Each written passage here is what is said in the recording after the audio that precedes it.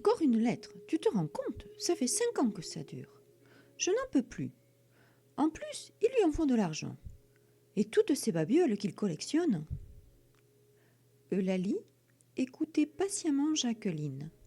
Oui, cela faisait 5 ans qu'elle aussi écoutait les plaintes de sa sœur et qu'elle se sentait impuissante, probablement autant qu'elle. Eulalie passait silencieusement en revue la pièce à vivre de sa sœur et de son beau-frère. Un intérieur aménagé de façon sobre. Quelques meubles solides aux lignes carrées et cette carte au mur. Cette sacro-sainte carte. Personne ne pouvait y toucher à part lui.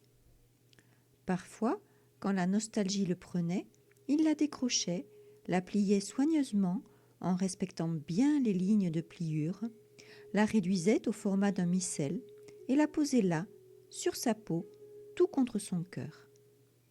Et puis, il prenait son Solex et partait. Jacqueline ne le voyait plus jusqu'au lendemain, voire jusqu'au surlendemain. Elle restait atterrée à gérer les affaires de la maison, à s'occuper des 2 garçons, à compter et recompter la paie du mois et à mettre ce qu'elle pouvait de côté pour garantir la bonne marche du foyer. Que les enfants puissent avoir de quoi manger et qu'ils aillent à l'école avec des vêtements les moins ravaudés possibles.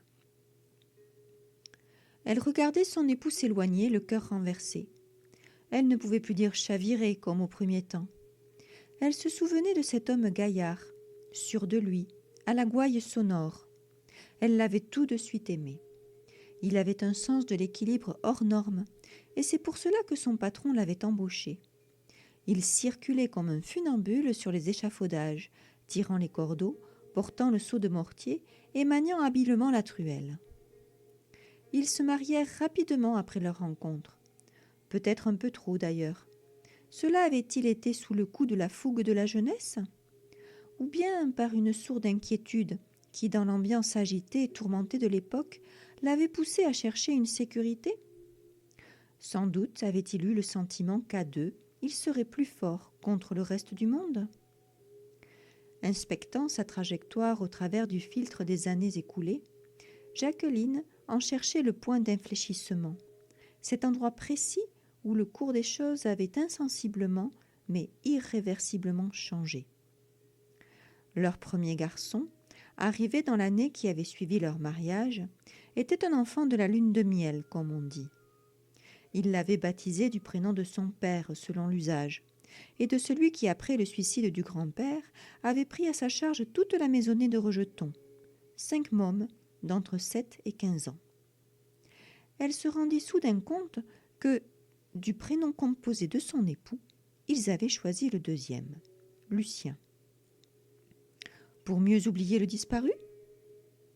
Mais à qui se devait le deuxième, celui donné à son fils, et que personne ne portait dans la famille? Jacqueline resta un moment suspendue dans ses pensées.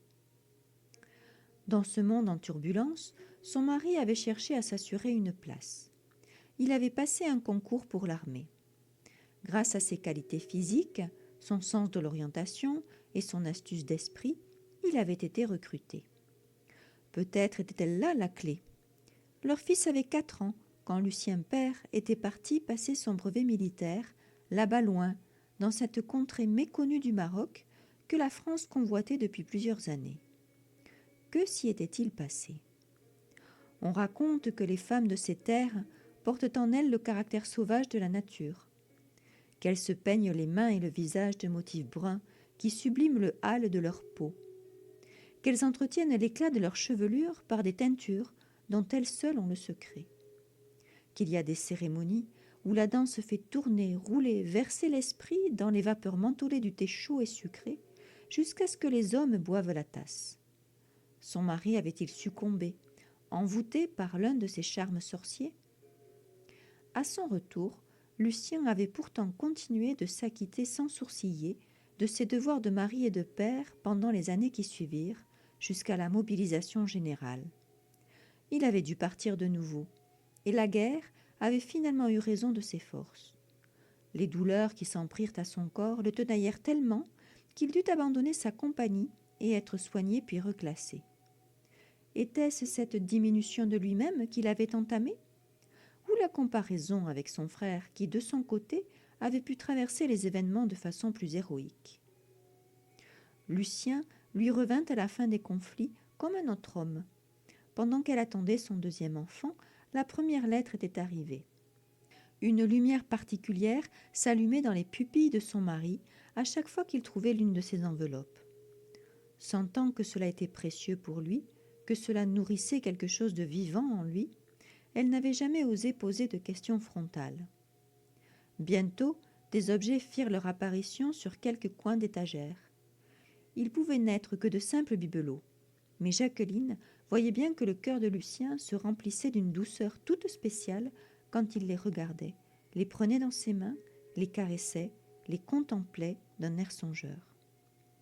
Elle éprouvait dans ces moments-là comme une mort dans l'âme. Son être semblait comme se couper en deux, se fendre verticalement, et dans la brèche, l'endroit de son propre cœur explosait, comme une grenade dispersant une mitraille inutile dans une atmosphère stérile. Et pourtant, elle restait auprès de lui. À deux, on est plus fort face à l'adversité du monde, se répétait-elle. Ou bien, les enfants, je dois penser aux enfants, je dois être là pour les enfants. Ou bien, un jour il l'oubliera, un jour il me regardera à nouveau et il me remerciera. La voix tranchante de sa sœur Eulalie la traversa.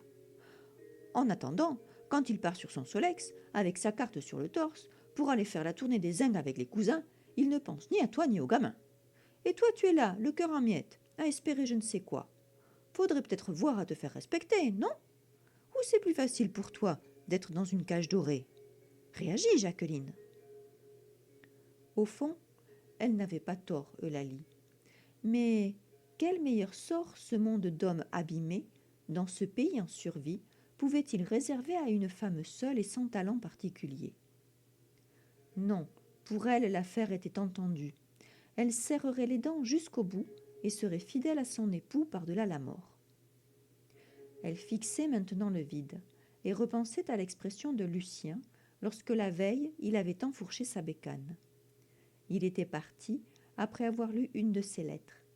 Elle contenait le dernier mandat poste qui n'avait pas été perçu, et les mots qui l'accompagnaient résonnaient dans sa tête jusqu'à l'assourdissement. « Garde tes trésors. Moi, je vaux mieux que tout ça. Des barreaux sont des barreaux, même en or. Je veux les mêmes droits que toi, et du respect chaque jour.